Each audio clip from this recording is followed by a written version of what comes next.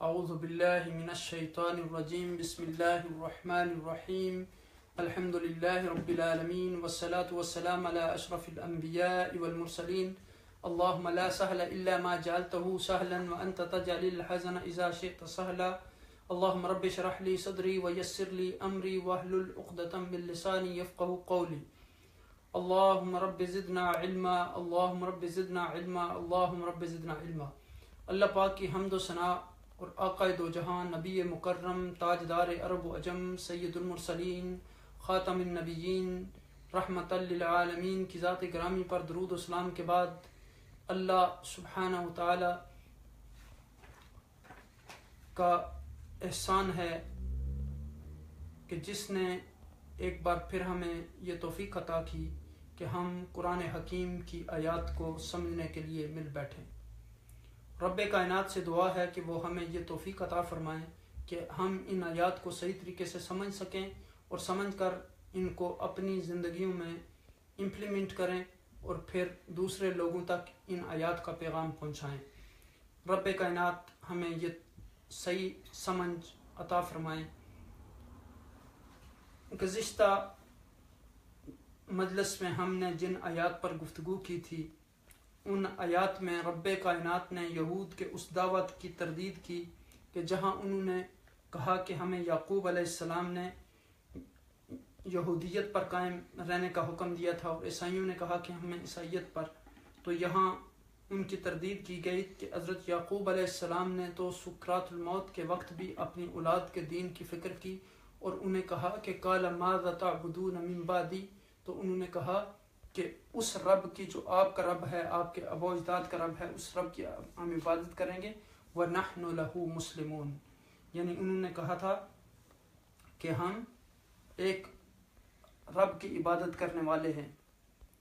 تو اب دیکھیں کہ حضرت یعقوب علیہ السلام نے یعنی اپنی اولاد کے دین کی فکر کی، انہیں عبادت کی تلقین کی اور اپنی نسلوں کو بھی یہی تلقین کی۔ اب دیکھیں کہ ہم سب کو بھی یہی چاہیے کہ ہم اپنے بچوں کو آئندہ نسلوں کے لیے بھی دین کی فکر کریں۔ اگر ہم اپنا محاسبہ کریں تو ہم سوچیں کہ ہم اپنے بچوں کو کتنا ٹائم دیتے ہیں، کتنا وقت اپنے بچوں کے ساتھ گزارتے ہیں، ہم ان کی کتنی تربیت کرتے ہیں۔ اب دیکھیں کہ عربی میں ایک محاورہ ہے کہ الام مدرسۃ، یعنی ماں مدرسہ ہے۔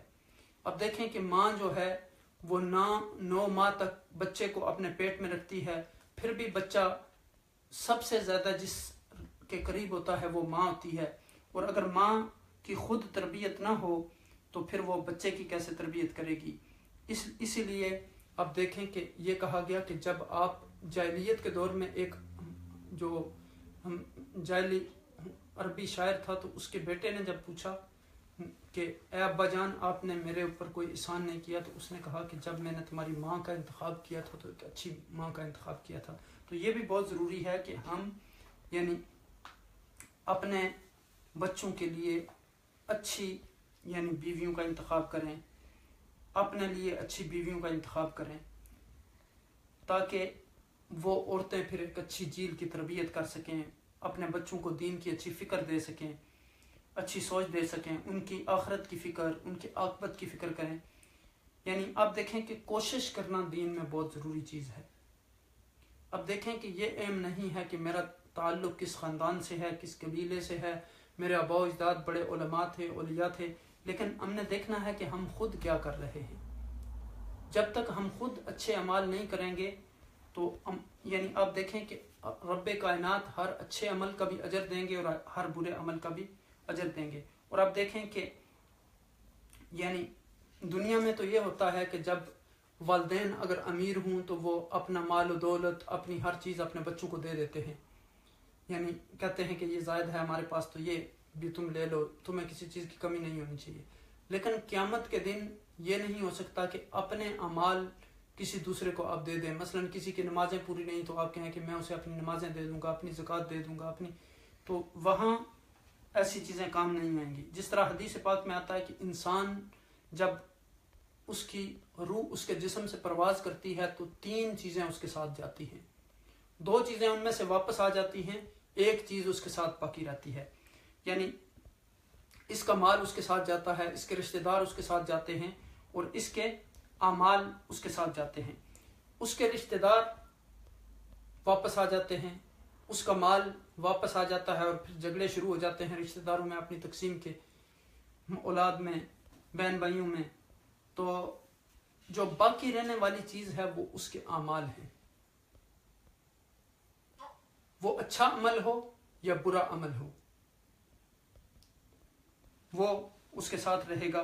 اور اگر آپ کے اعمال اچھے ہوں گے تو وہ آپ کے لیے شفاعت کا باعث بن جائیں گے، آپ کے لیے سفارش کا باعث بن جائیں گے، اور اگر برے اعمال ہوں گے تو پھر اس کا آپ کو عذاب ملے گا۔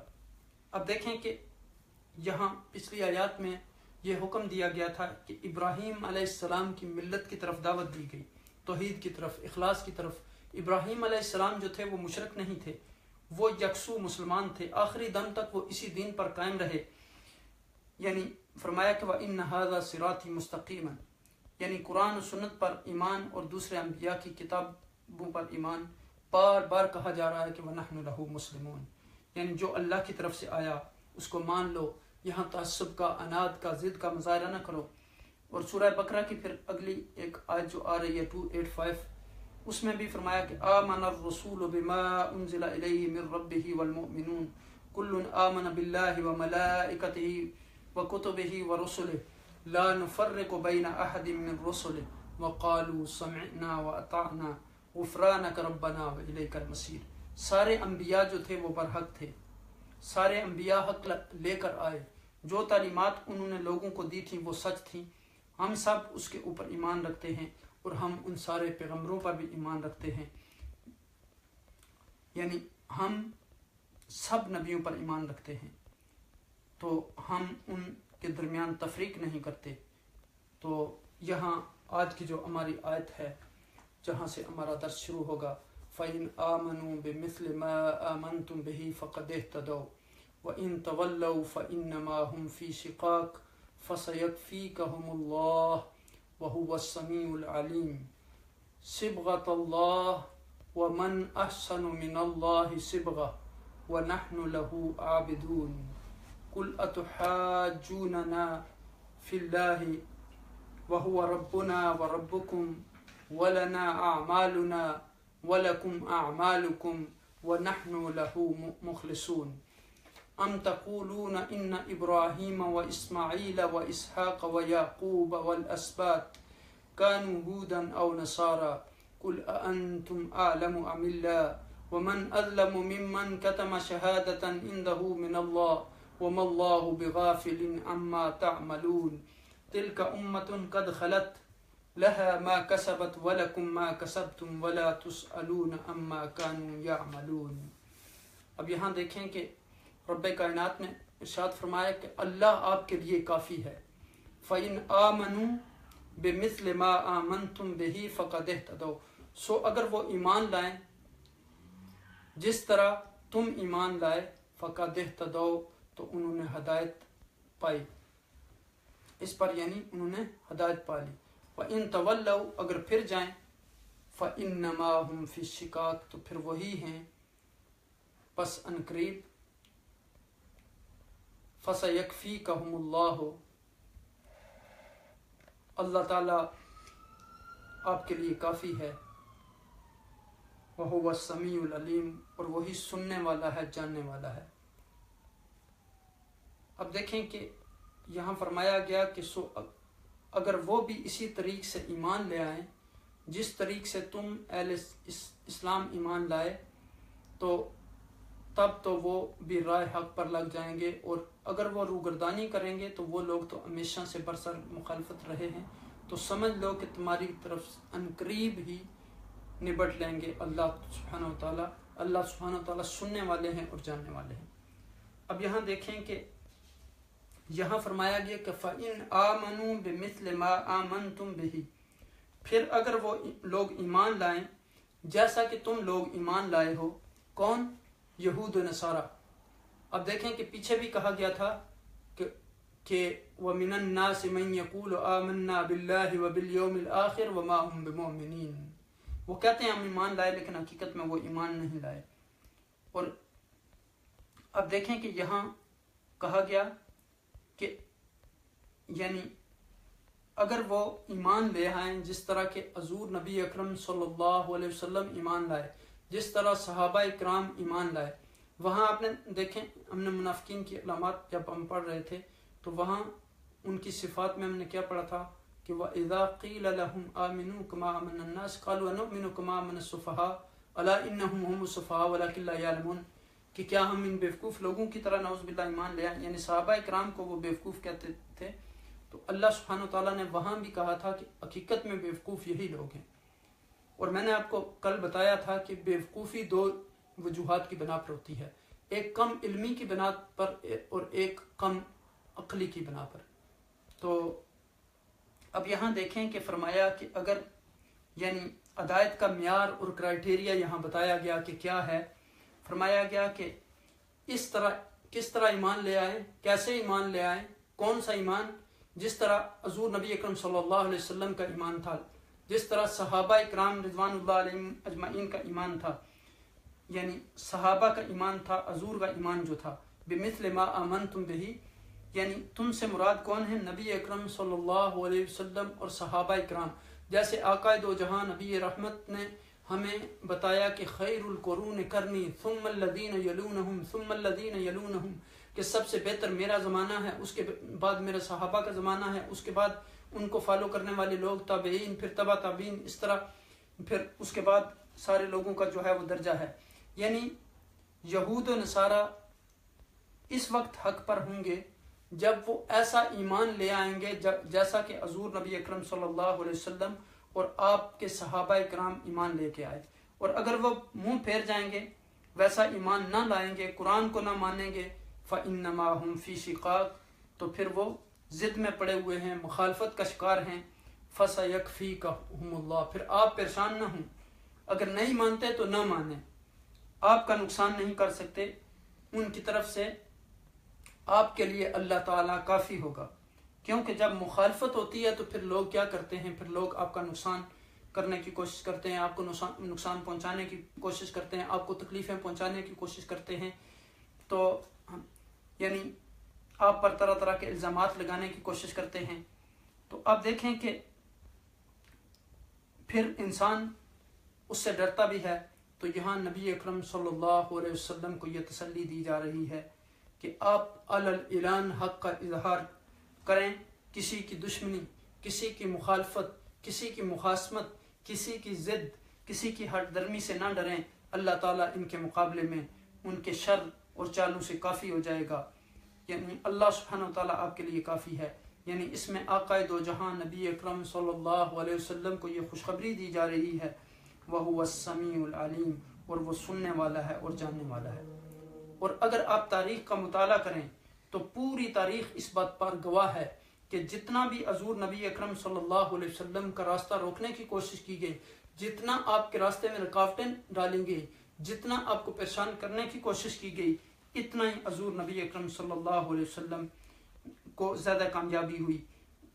پھر اس کا نتیجہ کیا نکلا کہ دین غالب ہو کر آیا، جاء الحق وزهق الباطل ان الباطل کان زہوقا۔ تو اب دیکھیں کہ دین کو غالب ہونا ہی ہے، اور دین جو ہے وہ غالب ہونے کے لیے آیا۔ یریدون ان یطفئوا نور اللہ بافواہہم واللہ متم نورہ ولو کرہ الکافرون، یہ چاہتے ہیں کہ ہم اپنی پھونکوں کے ذریعے دین کے چراغ کو بجھا دیں، لیکن اللہ اس کو مکمل کر کے رہیں گے۔ اور پھر اب دیکھیں کہ اللہ سبحانہ تعالیٰ نے خود فرمایا الیوم اکملت لکم دینکم واتممت علیکم نعمتی ورضیت لکم الاسلام دینا۔ نبی اکرم صلی اللہ علیہ وسلم جو طریقہ لائے تھے وہ کامیاب ہوا، دین اسلام پوری دنیا تک پہنچ گیا، دنیا کے کونے کونے میں صحابہ کرام نے اسلام کا ڈنکا بجایا۔ اور یہاں پھر ہدایت حقیقت جو ہے اس کا معیار بتایا جا رہا ہے کہ ہدایت کا حقدار کون ہے، یہ ایوارڈ کس کو مل سکتا ہے، جو اس طریقے پر ہو، ما انا علیہ و اصحابی۔ حضور نبی اکرم صلی اللہ علیہ وسلم نے فرمایا کہ جس طریقے پر میں اور میرے صحابہ ہیں اس طریقے پر جو چلے گا اس کو کامیابی ملے گی۔ یعنی آج کے کسی لیڈر یا رہنما کے طریقے پر چلنے سے کامیابی نہیں ملتی، بلکہ اللہ اور اس کے رسول صلی اللہ علیہ وسلم کے راستے پر اور صحابہ کے راستے پر چلنے سے کامیابی ملتی ہے۔ ہمارا معیار رسول اکرم صلی اللہ علیہ وسلم ہے، ہمارا رول ماڈل حضور نبی اکرم صلی اللہ علیہ وسلم کی ذات ہے، ہمارا اسوہ حسنہ حضور نبی اکرم صلی اللہ علیہ وسلم کی ذات ہے۔ اب دیکھیں کہ فرمایا لَقَدْ كَانَ لَكُمْ فِي رَسُولِ اللَّهِ أُسْوَةٌ حَسَنَةٌ، رسول اللہ صلی اللہ علیہ وسلم کی ذات جو ہے آپ کے لیے اسوہ حسنہ ہے۔ اور پھر دیکھیں کہ یہ وہی سبق بیسیکلی ہے جو ہم نے سورہ فاتحہ کے آغاز میں پڑھا تھا کہ صراط الذین انعمت علیہم، یعنی ان آپ کا طریقہ کون سا طریقہ تھا؟ اسلام کا طریقہ، جو دراصل ابراہیم علیہ السلام کا طریقہ تھا، یعنی آپ کسی گروہ سے نہیں تھے، کسی فرقے سے نہیں تھے۔ اور اب دیکھیں کہ فرمایا کہ صبغۃ اللہ ومن احسن من اللہ صبغہ، فرمایا کہ صبغۃ اللہ، اللہ کا رنگ، ومن احسن من اللہ صبغہ، اور اللہ تعالیٰ کے رنگ سے کس کا رنگ بہتر ہو سکتا ہے؟ وَنَحْنُ لَهُ عَابِدُونَ، اور ہم اسی کی بندگی کرنے والے ہیں، اسی کی اطاعت کرنے والے ہیں، اسی کی وفاداری کرنے والے ہیں، اسی کے لیے مخلص ہیں۔ تو اب دیکھیں کہ یہاں فرمایا گیا کہ صبغۃ اللہ، اور یہاں صبغۃ اللہ سے کیا مراد ہے؟ صبغۃ اللہ سے یہاں مراد دین اسلام ہے، اللہ کا دین ہے۔ اور اب دیکھیں کہ پھر خود اللہ سبحانہ وتعالیٰ نے ایک دوسری جگہ فرمایا کہ ان الدین عند اللہ الاسلام، اللہ کے ہاں جو دین ہے وہ اسلام ہے۔ اور پھر فرمایا ایک دوسری جگہ کہ من یبتغی غیر الاسلام دینا فلن یقبل منہ فہو فی الآخرۃ من الخاسرین، جو اس دین کے بغیر کسی دین کو قبول کرے گا، اللہ سبحانہ وتعالیٰ اس سے کسی اور دین کو قبول نہیں کرے گا اور وہ خسارہ پانے والوں میں سے ہو جائے گا۔ اب دیکھیں کہ دین اسلام کو یہاں رنگ کیوں کہا گیا؟ یعنی کیونکہ بات یہ ہے کہ جو شخص جب دین اسلام آپ قبول کرتے ہیں، دین کے اندر آتے ہیں، تو آپ کے اندر تبدیلی آتی ہے، آپ کے اندر اللہ کا ڈر آتا ہے، آپ کے اندر اللہ کی خشیت آتی ہے، آپ کے اندر تقوی آتا ہے، آپ کے اندر خدا خوفی آتی ہے، آپ کے اندر اچھا لین دین کرنے کا وہ جذبہ آتا ہے۔ اب دیکھیں کہ یعنی دین میں شکل یا لباس یا ان چیزوں پر توجہ نہیں دی گئی۔ عقائد عالم صلی اللہ علیہ وسلم نے فرمایا کہ ان اللہ لا ينظر الى صورکم ولا الى اشکالکم ولکن ينظر الى قلوبکم واعمالکم، اللہ سبحانہ وتعالیٰ آپ کے چہروں کی طرف نہیں دیکھتا، آپ کی شکلوں کی طرف نہیں دیکھتا، بلکہ آپ کے دلوں کی طرف دیکھتا ہے، آپ کے اعمال کی طرف دیکھتا ہے۔ تو معلوم ہوا کہ دین میں رنگ یا ان چیزوں کی حیثیت نہیں ہے، یہاں رنگ سے مراد دین ہے، دین پر عمل کرنا۔ یعنی جو لوگ دیندار بننے لگتے ہیں، دین پر عمل کرنے لگتے ہیں، ان کی شکل میں، ان کی لباس میں، ان کی چال ڈال میں، ان کے بولنے میں، ان کے چلنے پھرنے میں، ان کے لین دین میں، ان کے دوسروں کے ساتھ سلوک میں، ان کے اخلاق میں، ان کے تقوی میں، ان کے زہد میں، ان کے توکل میں، ہر چیز میں پھر تبدیلی آتی ہے۔ اور پھر جب آپ دیکھیں کہ جب محمد رحمۃ اللہ علیہ، امام محمد، وہ بازار میں چلتے تھے تو پھر لوگ کہتے تھے کہ چھوٹا محمد اگر ایسا ہے تو بڑے محمد صلی اللہ علیہ وسلم کیسے ہوں گے۔ تو جب اسلام کے فولڈر میں بندہ آ جاتا ہے، داخل ہو جاتا ہے صحیح طریقے سے، تو پھر اس کی معاشرت میں، اس کے معاملات میں، اس کی عبادات میں، اس کی بندگی میں اور دوسروں کی خیر خواہی میں فرق آتا ہے، رنگ چڑھنے لگتا ہے۔ اور اگر وہ رنگ نہ ہو اور وہ کہیں ہمارا دل بہت اچھا ہے، ہماری نیت بڑی اچھی ہے، تو یہ کافی نہیں، چونکہ رنگ اندر نہیں ہوتا بلکہ رنگ جو ہے وہ باہر ہوتا ہے۔ یعنی یہ دین کا ظاہری حصہ جو ہے وہ بہت ضروری ہے اور باطنی حصہ بھی ضروری ہے۔ یعنی اندر کا حصہ، باطن والا حصہ جو ہوتا ہے وہ اخلاص کہلاتا ہے، اور باہر کا جو حصہ ہے جو پیچھے ہم نے پڑھا ہے، یعنی طریقہ بھی دین میں ہونا چاہیے، یہ نہیں کہ کوئی آپ کو دیکھے تو کوئی پہچانے نہیں، یعنی آئیڈینٹی، یعنی آپ کے لباس سے آپ کی شناخت ہونی چاہیے کہ آپ مسلمان ہیں۔ یعنی ایسا نہیں کرنا چاہیے کہ پتہ نہیں چلا، یا بعض لوگ اپنی آئیڈینٹی کو چھپاتے ہیں۔ تو اب دیکھیں کہ پیچھے ہم نے پڑھا تھا جب ہم گائے کے واقعہ پڑھ رہے تھے کہ جب انہوں نے کہا کہ ما لونھا، اب دیکھیں کہ لون میں اور صبغہ میں فرق ہوتا ہے۔ لون جو قدرتی رنگ ہوتا ہے اس کو کہتے ہیں، وہ چڑھایا نہیں جاتا، اور صبغہ یہ خود آپ جب کسی چیز کو رنگتے ہیں یا کسی کے اوپر جیسا کپڑا رنگتے ہیں اس کو بھی کہتے ہیں صبغہ۔ تو اب دیکھیں کہ کپڑے کا رنگ بدل جاتا ہے، اسی طرح جو کسی چیز کے اوپر رنگ چڑھایا جاتا ہے۔ اب دیکھیں کہ جانوروں کا رنگ جو ہوتا ہے وہ قدرتی رنگ ہوتا ہے،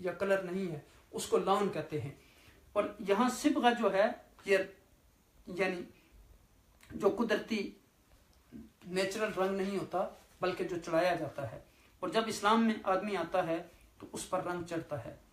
تو اب دیکھیں صبغۃ اللہ، اللہ کا رنگ، وَمَنْ أَحْسَنُ مِنَ اللَّهِ صِبْغَةً، اور اللہ سبحانہ و تعالیٰ کے رنگ سے بڑھ کر کس کا رنگ بہتر ہو سکتا ہے؟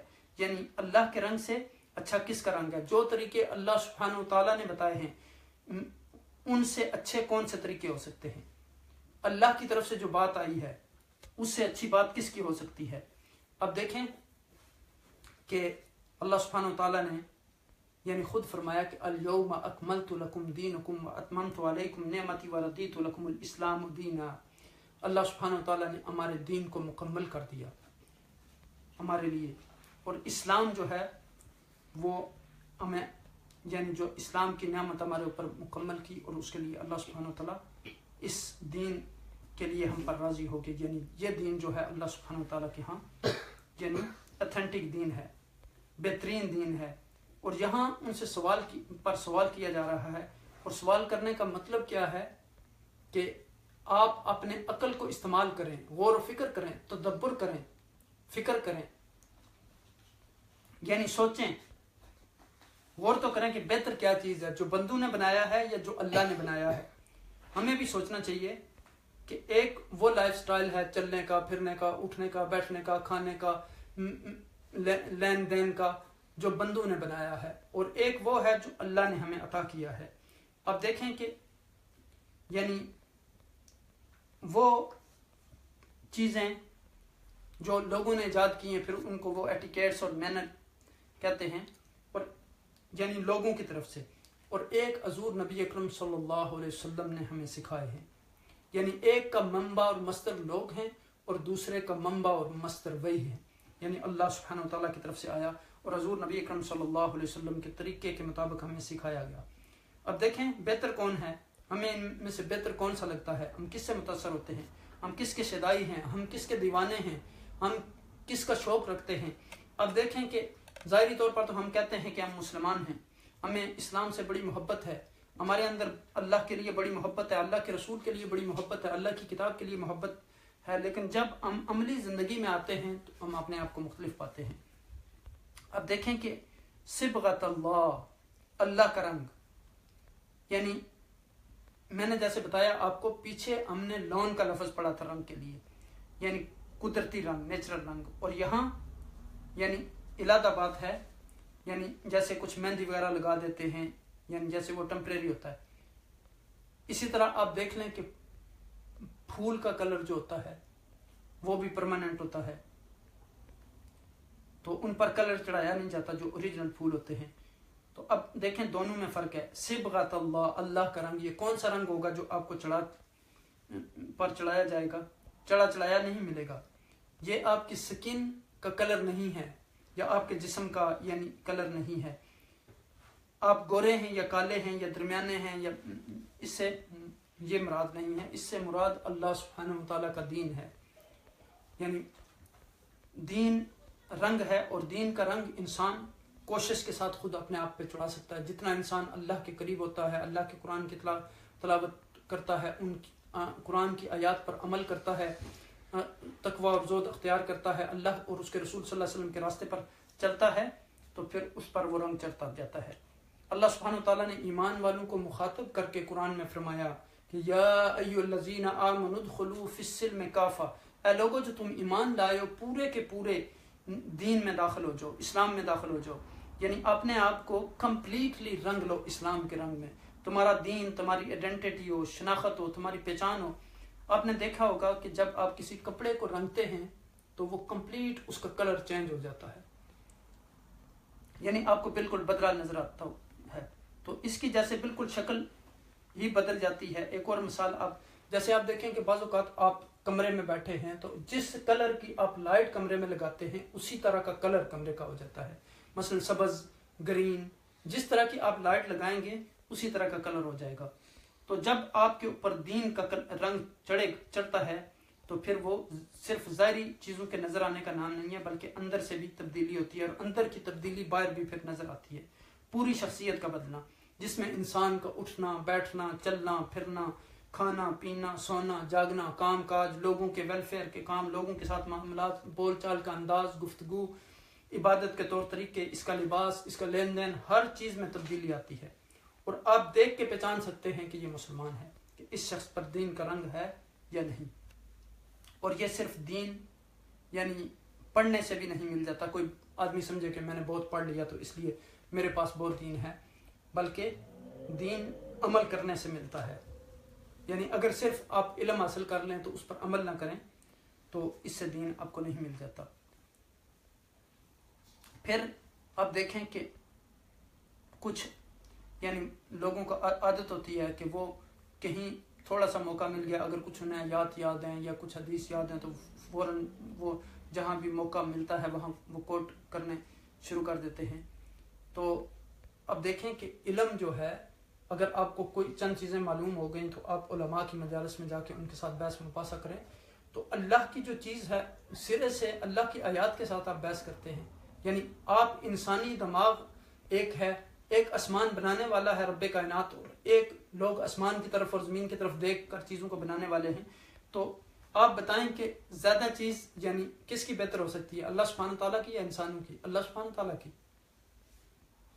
تو آپ دیکھیں کہ فرمایا کہ یعنی قرآن پاک کے احکامات کو یعنی ان پر عمل کرنا چاہیے۔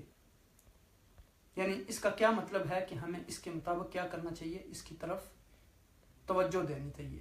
یعنی یہاں پر اللہ تعالیٰ ہم سب سے مخاطب ہیں، ہم سے یہ چاہتے ہیں کہ ہم اپنے اوپر دین کا رنگ چڑھائیں، جس کو اللہ سبحانہ تعالیٰ نے اپنا رنگ کہا ہے صبغۃ اللہ۔ اب دیکھیں کہ جیسے بعض مذاہب میں ہوتا ہے کہ یہ پیپٹائز کرنا، جو یعنی یا بچہ جو ہوتا ہے تو اس کو ایک خاص کلر پانی کے ساتھ جو ہے وہ نہلایا جاتا ہے، اور پھر کہتے ہیں کہ یہ بچہ دین میں داخل ہو گیا ہے۔ یہ عیسائیوں میں بھی ہے اور یہودیوں میں بھی، اور بعض دوسرے مذاہب میں خاص کلر کے ذریعے پہچان ہوتی ہے۔ تو اب دیکھیں کہ وہ یعنی بعض لوگ جس طرح بعض دوسرے مذاہب سے بعض چیزیں لے لیتے ہیں، جیسے کلر پھینکتے ہیں یہ شادیوں کے اوپر مواقع پر، تو اب دیکھیں کہ بعض لوگوں نے پھر اپنی خاص ایک لباس پہچان بنا لی ہے۔ یعنی تو اب دیکھیں کہ صرف لباس جو ہے وہ کافی نہیں ہے جب تک ہم دین پر عمل نہیں کریں گے۔ مثلا بعض لوگ ہر چیز یلو پہن لیتے ہیں، بس سارے گرین پہن لیتے ہیں، اور وہ سمجھتے ہیں کہ بس ہم اب دیندار ہیں اور دوسرے لوگ جو ہیں وہ دیندار نہیں ہیں۔ ایسی بات نہیں ہے، دیندار وہی ہے اور اللہ کا رنگ اسی پر چڑھا ہوا ہے جو تقوی والا ہے، جو اللہ سے ڈرتا ہے، جو اللہ کے احکامات پر عمل کرتا ہے، جو تقوی والا ہے، جو زہد والا ہے، جو خشیت جس کے دل میں ہے اللہ سبحانہ تعالیٰ کی، جو قرآن کی آیات پر عمل کرنے والا ہے، رسول صلی اللہ علیہ وسلم کے طریقے پر عمل کرنے والا ہے، صحابت کے طریقے پر چلنے والا ہے۔ اب دیکھیں کہ پیچھے بھی ہم نے پڑھا تھا کہ یعنی ایک قرآن مجید پڑھنے کا جو مقصد ہے وَلَكِنْ كُونُوا رَبَّانِيِّينَ بِمَا كُنْتُمْ تُعَلِّمُونَ الْكِتَابَ وَبِمَا كُنْتُمْ تَدْرُسُونَ، لیکن یہ کہ تم ربانی بن جاؤ، یعنی اللہ والے، رب والے، یعنی اللہ سبحانہ وتعالیٰ کی ذات کے ساتھ تمہارا تعلق مضبوط ہو جائے، کیونکہ تم کتاب کو پڑھتے ہو پڑھاتے ہو، تم کتاب پڑھنے پڑھانے دین کا علم حاصل کرنے سیکھنے سکھانے سے کا اصل مقصد اور غرض کیا ہے کہ انسان کے اندر اللہ کا رنگ آ جائے، اللہ سے تعلق کی خوشبو آئے، لوگ دور سے دیکھ کے پہچان جائیں کہ یہ شخص اللہ والا ہے۔ یعنی صرف شکلیں بنانے سے جو ہے، مثلا یعنی برقع پہننا، حجاب پہننا بہت اچھی بات ہے، داڑھی رکھنا بہت اچھی بات ہے، لیکن اگر ہم کہیں کہ صرف داڑھی رکھ لی ہے تو اب سارا دین ہمارا کمپلیٹ ہو گیا، جب تک ہم اللہ اور اس کے رسول کے راستے پر نہیں چلیں گے تو اس وقت تک دین کمپلیٹ نہیں ہوتا۔ اور اگر ہم یہ کریں کہ نعوذ باللہ داڑھی رکھ کے ہم یعنی لوگوں کو گالیاں دیں، برے معاملات کریں، اسی طرح یعنی اگر حجاب پہن کر یعنی ایسے ہم معاملات کریں، تو ہمیں اس بات کا خیال رکھنا چاہیے کہ ہم مسلمان ہیں، اور کوئی بھی جو ہماری حرکت ہے اس کی وجہ سے اسلام پر نام آئے گا، تو اس لیے ہمیں ہر عمل کرنے سے پہلے یہ سوچنا چاہیے۔ پھر فرمایا کہ تم اللہ کے دین پر عمل کرو، یعنی تمہارے رویے سے، تمہارے اخلاق سے، تمہارے معاملے سے یہ چیز ظاہر ہونی چاہیے. وَمَنْ أَحْسَنُ مِنَ اللَّهِ صِبْغًا، اور پھر فرمایا کہ اللہ کا طریقہ، اللہ کا دین سب سے بہترین ہے، اس لیے وہ مکمل ہے. الْيَوْمَ أَكْمَلْتُ لَكُمْ دِينَكُمْ وَأَتْمَمْتُ عَلَيْكُمْ نِعْمَتِي وَرَضِيتُ لَكُمُ الْإِسْلَامُ دِينًا. تو اب یہاں دیکھیں کہ ہر طرح کی تعلیم اس میں موجود ہے انسانی نفسیات اور ضروریات کے مطابق. چونکہ ہمیں بھی اللہ سبحانہ وتعالیٰ نے پیدا کیا، دین بھی اسی نے بھیجا، یہ کتاب بھی اللہ سبحانہ وتعالیٰ کی طرف سے آئی، تو اللہ سے بڑھ کر ہمیں کوئی نہیں جانتا اور نہ ہماری ضرورتوں کو کوئی پہچانتا ہے. تو جو چیز اس نے ہمارے لیے پسند کی، دراصل وہی چیز جو ہے وہ بہتر چیز ہے، اصلی چیز ہے، بہترین چیز ہے، خواہ ظاہری طور پر ہماری عقل کو وہ اچھی نہ لگے. جس طرح رب کائنات نے خود قرآن میں فرمایا کہ آسان تکرہوا شیئا وہو خیر لکم، ہو سکتا ہے کہ کسی چیز سے آپ نفرت کریں اور وہ چیز آپ کے لیے بہتر ہو. وَمَنْ أَحْسَنُ مِنَ اللَّهِ صِبْغًا، اس سے مراد یہ ہے کہ سب سے خوبصورت طریقہ، سب سے بہترین طریقہ، سب سے احسن طریقہ، سب سے اجمل طریقہ، سب سے نفیس طریقہ، خواہ وہ کھانے کا طریقہ ہو، وہ سونے کا طریقہ ہو، وہ بولنے کا طریقہ ہو، وہ بہن بھائیوں کے ساتھ، ماں باپ کے ساتھ یعنی معاملات کا طریقہ ہو. اب دیکھیں کہ یہ علیحدہ بات ہے کہ ہم اسلام کو اہمیت نہیں دیکھتے، لیکن اس طریقے پر جو پورے طور پر چلتا ہے تو وہ پھر احسن ہے. اور پھر دیکھیں کہ حضور نبی اکرم صلی اللہ علیہ وسلم اس راستے پر چلے تو کیا کہا گیا ان کو؟ اسوۃ حسنہ. اور ابراہیم علیہ السلام اس راستے پر چلے تو کتنے ان کو ریوارڈ دیے گئے؟ قال انی جاعلک للناس اماما. تو اب دیکھیں کہ یعنی احسن اور حسنہ ان کا روٹ یہی ہے، خوبصورت طریقہ، خوبصورت نمونہ. اگر ہم چاہتے ہیں کہ اللہ سبحانہ وتعالیٰ کی نظر میں ہم اچھے ہوں، ہم عزت والے ہوں، ہم احترام والے ہوں، ہم مکرم ہوں، ہم پسندیدہ ہوں، تو ہمیں کیا کرنا ہوگا؟ اللہ سبحانہ وتعالیٰ کا رنگ اختیار کرنا ہوگا، اس کے بتائے ہوئے طریقوں پر عمل کرنا ہوگا، اس کے رسول صلی اللہ علیہ وسلم کی اتباع کرنی ہوگی، اطاعت کرنی ہوگی. لیکن کتنے دکھ کی بات ہے کہ آج بعض جو مسلمان سو کالڈ اپنے آپ کو مسلمان کہتے ہیں، وہ بھی اس بات میں فخر محسوس کرتے ہیں کہ بائیں ہاتھ سے کھانا، کھڑے ہو کے کھانا، یعنی حضور نبی اکرم صلی اللہ علیہ وسلم کی سنتوں کو چھوڑ کر دوسری چیزوں پر. اور وہ سمجھتے ہیں کہ اس طرح لوگ ہمیں یہ نہیں کہیں گے کہ یہ بیک ورڈ ہیں یا ریچرڈ قسم کے لوگ ہیں. تو اب دیکھیں کہ یعنی عزت انسان کی اللہ اور اس کے رسول صلی اللہ علیہ وسلم کے طریقوں میں ہی ہے. اللہ کی بنائی ہوئی کسی چیز میں آپ کو خلل نظر نہیں آئے گا. آسمان کو دیکھیں، زمین کو دیکھیں، پتھروں کو دیکھیں، پہاڑوں کو دیکھیں، زمینوں کو دیکھیں، یعنی آپ دیکھیں اللہ سبحانہ تعالیٰ کہتے ہیں افلا ينظرون الى الابل کیف خلقت، اونٹ کی طرف دیکھیں کہ کیسے اس کی تخلیق کی، پہاڑوں کی طرف دیکھیں. تو اللہ سبحانہ تعالیٰ کی ہر جو چیز پیدا کی ہوئی ہے وہ ایکوریٹ ہے، پرفیکٹ ہے، یعنی اپنا کام کر رہی ہے. اپنی پوری کائنات ایک ڈسپلن کے ساتھ چل رہی ہے. سورج، چاند، ستارے اپنی اپنی جگہ پر کام کر رہے ہیں، اللہ کے بنائے ہوئے نظام میں بندھے ہوئے ہیں، اس میں کے مطابق اپنی ڈیوٹی کو سر انجام دے رہے ہیں. انسانوں کے لیے بھی پسندیدہ کیا ہے کہ وہ اپنے آپ کو اللہ سبحانہ وتعالیٰ کے سامنے جھکا دے. ان کے لیے اللہ نے جو سسٹم بھیجا ہے، جو طریقہ بھیجا ہے، جو دستور بھیجا ہے، اس کو فالو کریں. سب سے بہترین یہی طریقہ ہے. اور پھر کہا کہ تم کہو نحن لہو عابدون، ہم اسی کی عبادت گزار ہیں.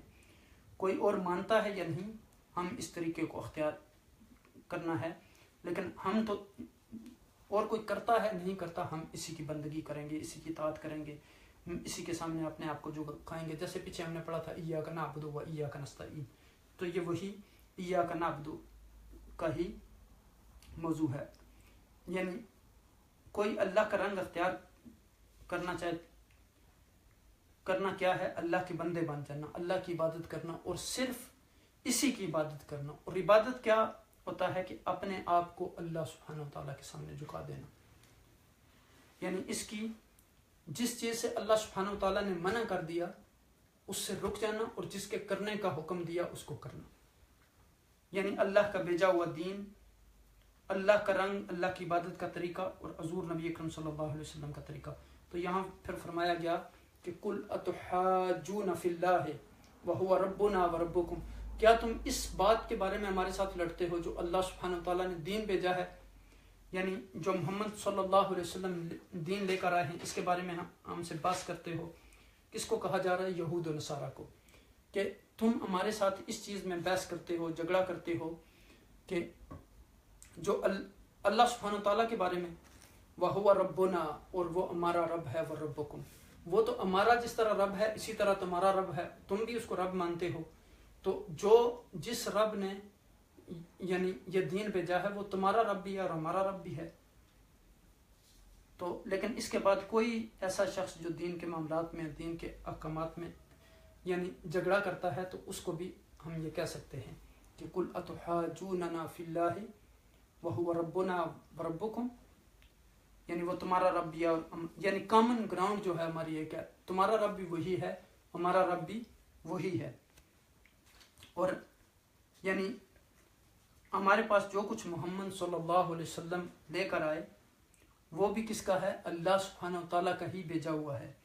لہذا ہم سب کے لیے ضروری ہے کہ ہم اس کی بات مانیں۔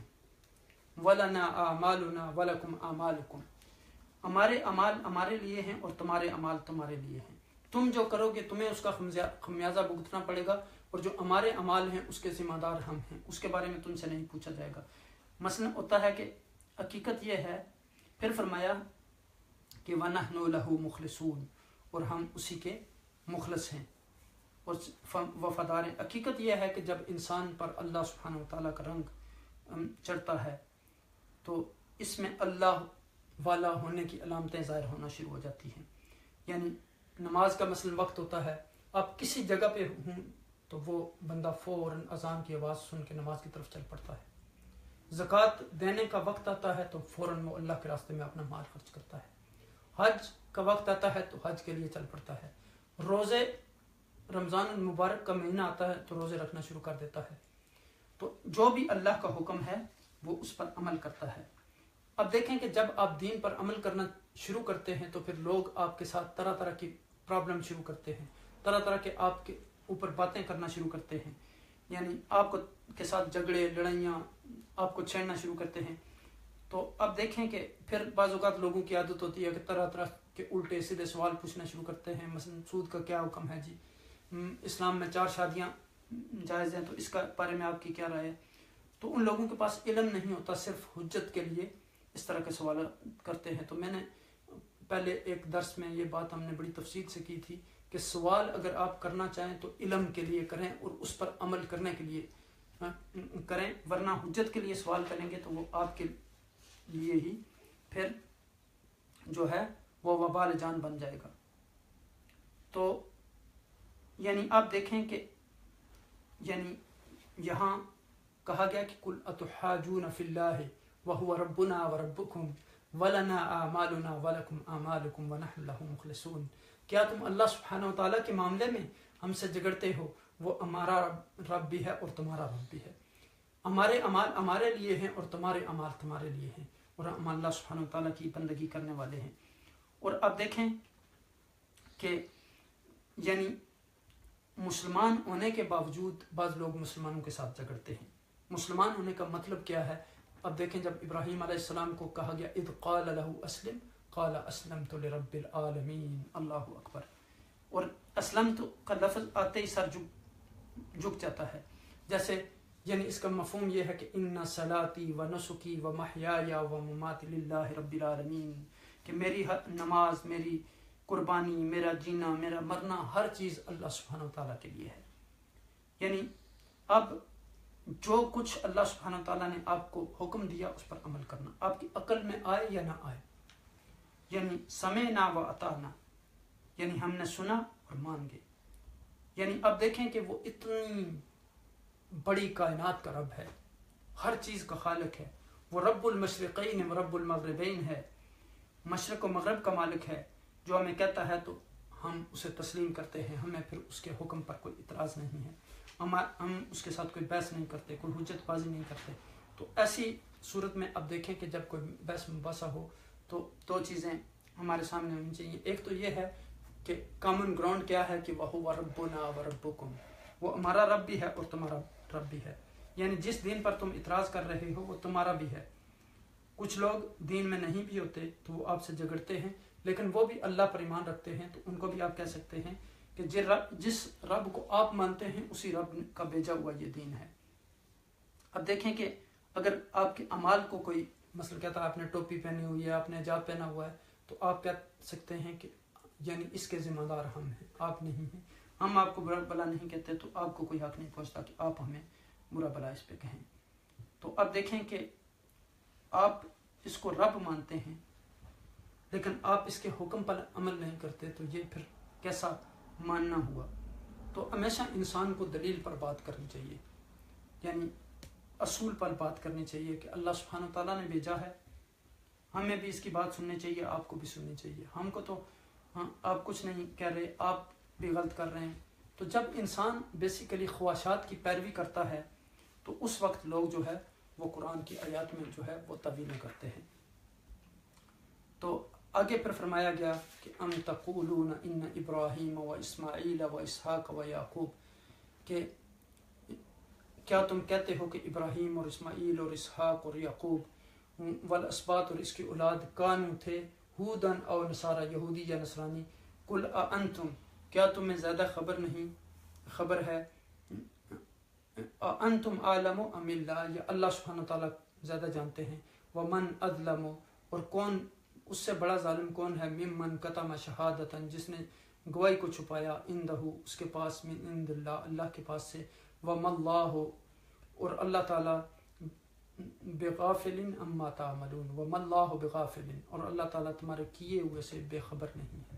یعنی جو تم کر رہے ہو عمل، اس سے اللہ سبحانہ تعالیٰ بے خبر نہیں ہے. اس آیت میں بھی دیکھیں کہ یہودیوں اور عیسائیوں کی ایک اور غلط فہمی اور یعنی من گڑت عقیدے کا جواب دیا گیا ہے کہ ان کا خیال تھا کہ ان کے بزرگ حضرت اسماعیل، حضرت ابراہیم، حضرت یعقوب علیہ السلام اور ان کی اولاد یا تو یہودی مذہب کے پیرو تھے یا نصرانی مذہب کے، یعنی نعوذ باللہ وہ بھی ایک فرقہ بندی میں مبتلا تھے. تو اللہ سبحانہ وتعالیٰ نے یعنی اس کی نفی فرما دی یہاں.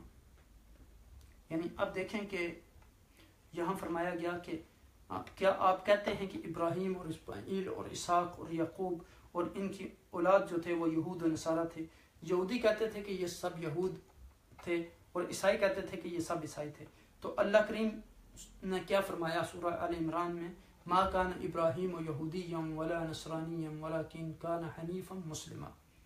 وہ ابراہیم علیہ السلام نہ یہودی تھے نہ عیسائی تھے بلکہ وہ یکسو مسلمان تھے. اور پھر ایک دوسری آیت میں سورہ العمران کی فرمایا، یا اہل الکتاب لما تحاجون فی ابراہیم، اے اہل کتاب تم ابراہیم علیہ السلام کے بارے میں کیوں جھگڑتے ہو. وما انزلت التوراۃ والانجیل الا من بعد، تورات اور انجیل تو ان کے بعد نازل ہوئی، اس وقت تو یعنی وہ موجود ہی نہیں تھے. حضرت عیسیٰ اور حضرت موسیٰ علیہ السلام ان کے بعد آئے، اس وقت تھے ہی نہیں. اللہ کے رسول کیا تھے؟ مسلم. هو سماکم المسلمین، اس نے تمہارا نام جو ہے مسلمان رکھا ہے. تو یہ یہودیت اور عیسائیت جو ہے اسی طرح فرقہ وارانہ نام ہے، جیسے ہمارے ہاں بھی فرقے بنے ہوئے ہیں. تو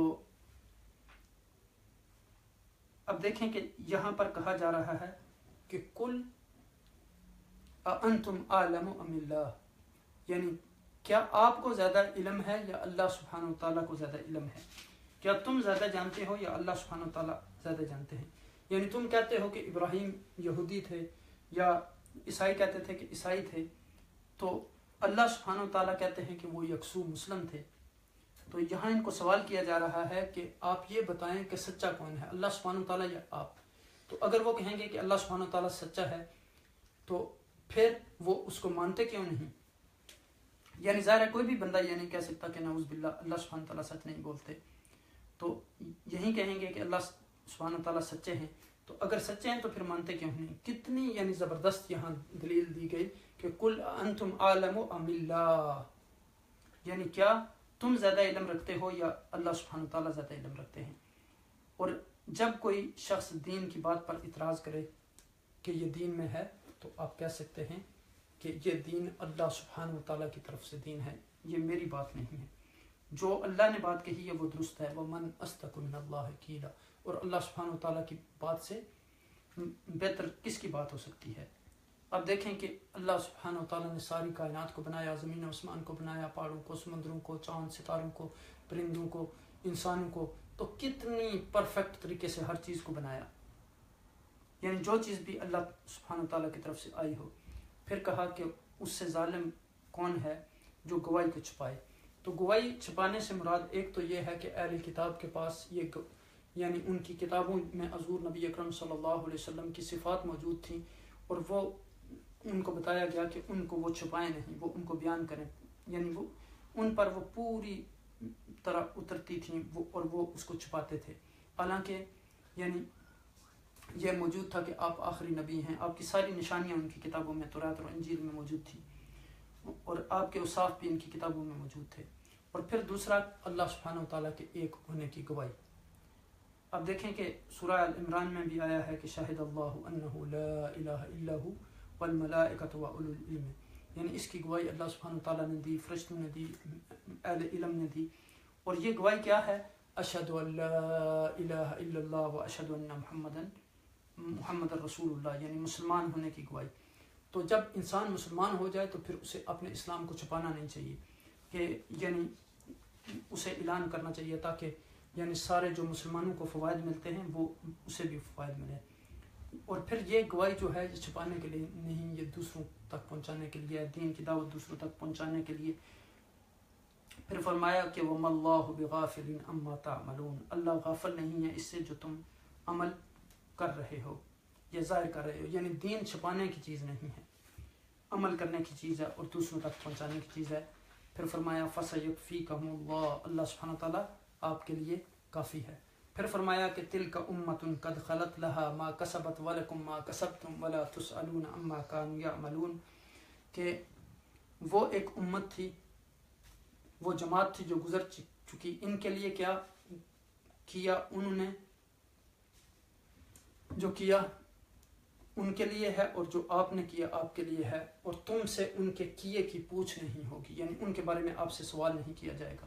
تو اب دیکھیں کہ ان کا کیا تمہیں فائدہ نہیں دے کیا، یعنی فائدہ نہیں دے گا، یعنی ان کے جو اعمال ہیں ان سے آپ کو فائدہ نہیں پہنچے گا، اور آپ کے آباء و اجداد کے بارے میں آپ سے نہیں پوچھا جائے گا۔ کیا پوچھا جائے گا؟ آپ دیکھیں قبر میں کیا پوچھا جائے گا؟ من ربو کا، آپ کا رب کون ہے؟ ما دینوں کا، آپ کا دین کیا ہے؟ من نبیوں کا، آپ کے نبی کون ہے؟ اور قیامت والے دن پوچھا جائے گا کہ جوانی کہاں گزاری، علم جو آپ کو دیا گیا تھا وہ کیسے، اس کے ساتھ کیا معاملہ کیا، مال کہاں خرچ کیا، یعنی جیسے حدیث قرآن پاک میں بھی ایک دوسری جگہ پہ آتا ہے وَلَنُسْأَلُنَّ يَوْمَئِذٍ عَنِ النَّعِيمِ، ضرور آپ کو نعمتوں کے بارے میں پوچھا جائے گا۔ اور پھر فرمایا کہ لا تزول قدم عبد یوم القیامت حتی یسأل عن اربع، عن عمره فیما افنا وعن جسده فیما ابلا وعن علمه ماذا عمل فی وعن ماله من این اکتسبه وفیما انفق، یعنی یہی چار چیزوں کے بارے میں پوچھا جائے گا، اس کی عمر کے بارے میں، اس کے جسم کے بارے میں، اس کے علم کے بارے میں، اور اس کے مال کے بارے میں۔ تو انبیاء سے یہ سوال نہیں کیا جائے گا، ان سے یہ سوال کیا جائے گا کہ آپ نے میرا دین پہنچا دیا۔ تو ایک حدیث میں یہ بھی آتا ہے کہ وَيْلٌ لِّمَن لَّا يَعْلَمُ، اس کے لیے ہلاکت ہے جو جانتا نہیں، وَوَيْلٌ لِّمَنْ عَلِمَ ثُمَّ لَا يَعْمَلُ، اور اس کے لیے بھی ہلاکت ہے جس نے علم حاصل کر لیا اس کے بعد اس پر عمل نہیں کیا۔ تو آج ہماری یعنی ایک جو ہمارا رویہ بن گیا ہے کہ ہمیشہ ہم لوگوں کے بارے میں گفتگو کرتے ہیں، کسی مجلس میں غیبت، حسن، حسد، کینہ، اور ہمیشہ یعنی اب دیکھیں کہ ان یورپی معاشروں کے لوگ جو ہیں وہ کسی کی باتوں میں دخل اندازی نہیں دیتے، اور اسلام نے بھی ہمیں یہی حکم دیا ہے کہ من حسن اسلام المرء ترک ما لا یعنی، اسلام کی خوبصورتی اور اس کی بیوٹی یہ ہے کہ وہ اس چیز کو ترک کر دے جس کے ساتھ اس کا کنسرن نہیں ہے۔ اور پھر اب دیکھیں کہ ہم یہ نہیں سوچتے کہ ہم نے کیا کرنا ہے، ہماری کیا ذمہ داری ہے، ہمیں اپنی غلطیوں کا احساس نہیں ہوتا۔ اب دیکھیں کہ وہ ظفر علی خان کا شعر ہے کہ اپنے ہی عیبوں پہ نہ پڑی جب تک نظر، دیکھتے رہے دوسروں کے عیب و ہنر، اپنے ہی عیبوں پہ جو پڑی نظر تو نظر میں کوئی برا نہ رہا۔ تو اس طرح اللہ کے فضل و کرم سے ہمارا جو پہلا سپارہ ہے وہ ختم ہو گیا، اور یعنی اس پہ ہمیں یعنی ہمارے لیے ضروری ہے کہ ہم اپنا محاسبہ بھی کریں۔ یعنی ہم نے الحمدللہ اللہ سبحانہ تعالیٰ کے فضل و کرم سے یہ اپنا پہلا پارہ آج مکمل کر لیا. آئندہ نشست میں ہم دوسرے پارے سے شروع کریں گے.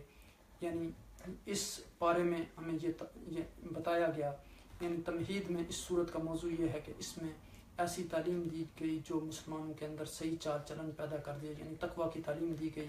اور پھر اس کے بعد یعنی آپ دیکھیں کہ قرآن مجید کی تعلیمات کو قبول کرنے اور اس کے احکامات پر پابندی کرنے کا ہمیں حکم دیا گیا.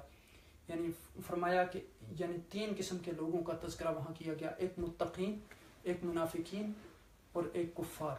تو فرمایا کہ یعنی قرآن کی تعلیمات کے ذریعے 3 قسم کے لوگ پیدا ہوں گے. ایک وہ جو قرآن مجید کی تعلیمات کو قبول کریں گے اور اس کے احکام پر پابند ہو جائیں گے، یہ ہر قسم کی کامیابی حاصل کریں گے. اولئک هم المفلحون. اور دوسرا فرمایا کہ جو اس کی سختی سے مخالفت کریں گے اور اس کے ماننے والوں سے عداوت رکھیں گے، یہ کافر، یہ وَلَهُمْ عَذَابٌ عَظِيمٌ، یہ عذاب کے مستحق ہوں گے. اور تیسری جماعت سے تعلق رکھنے والے لوگوں کے بارے میں فرمایا کہ مسلمانوں میں مسلمان اور کفار میں رہیں گے ان منافق، یعنی اور ان منافقوں کو دردناک عذاب ملے گا. اور ان کے بارے میں فرمایا کہ ان المنافقین فی الدرک الاسفل من النار.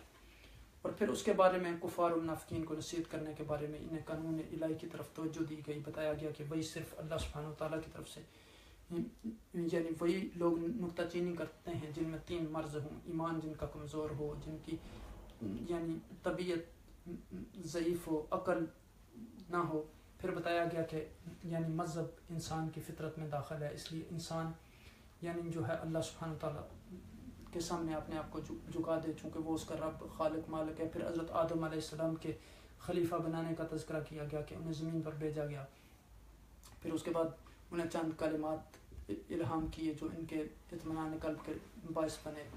پھر اس کے بعد قرآن حکیم کی ضرورت پر روشنی ڈالی گئی، یہودیوں کی خرابیاں یہاں بیان کی گئیں. اور اس طرح پھر آگے یعنی بنی اسرائیل کی ساری وہ جو نعمتیں اللہ سبحانہ تعالیٰ نے ان کو دی تھیں ان کا تذکرہ ہوا. اور پھر آخر میں حضرت ابراہیم علیہ السلام کی دعا اور خانہ کعبہ کی تعمیر اور حضور نبی اکرم صلی اللہ علیہ وسلم کی بعثت، آپ کے اخلاق اور صفات اور امت مسلمہ کا ذکر فرمایا گیا.